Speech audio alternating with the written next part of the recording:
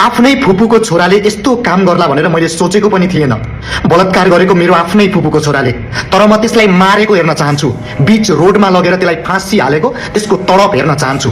बलात्कारीलाई कुनै पनि हालतमा बाँच्ने अधिकार छैन। यदि त्यो दोषी छ भने त्यसलाई बीच रोडमा लगेर फाँसी होस्। बालेन सरकारसँग अपिल गर्न चाहन्छु, यो नियम कानुनहरू चाहिँ छिटो लागू होस्। मेरो आफ्नै छोरा हो, मेरो आफ्नै फुपूको छोरा हो, मेरो आफन्ती हो, मेरो दाइ हो, मेरो भाइ हो भनेर दोषीलाई बचाउने प्रयास नगर्नु होला कोहीले पनि।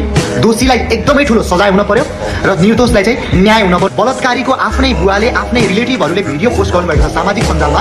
यदि मेरो छोरा बलात्कारी हो भने बालेन सरकार मेरो छोरालाई फाँसीको सजाय दे। नेपालमा फाँसीको सजायको नियमले कानुन लगा, तर निर्दोष छ भने छिटो प्रतिक्रिया दे भनेर आवाज उठाइराख्नु भएको छ, भिडियो पोस्ट गर्नुभएको छ। यत्रो कन्फिडेन्ट उहाँमा कसरी आयो? कि त उहाँलाई पुरा विश्वास छ मेरो छोरालाई कसैले पनि जेल हाल्न सक्दैन, फसाउन सक्दैन मेरो छोरालाई भन्ने सोच्नु भएको छ, या त उहाँको छोराले कुनै पनि गल्ती गरेको छैन। एकदमै यो कुरा चाहिँ जरुरी छ। यो दुईटामा एउटा चाहिँ हुनसक्छ। सो प्लिज यो कुरामा चाहिँ एकदमै गहिरो तरिकाले अनुसन्धान होस्। मृत्यु भएको छ कि मान्छेको मृत्यु भएको छ, अरू कुरा होइन, मान्छेको मृत्यु भएको छ। अब कहिले फर्केर आउँदैन कि न्याय हुन पर्यो।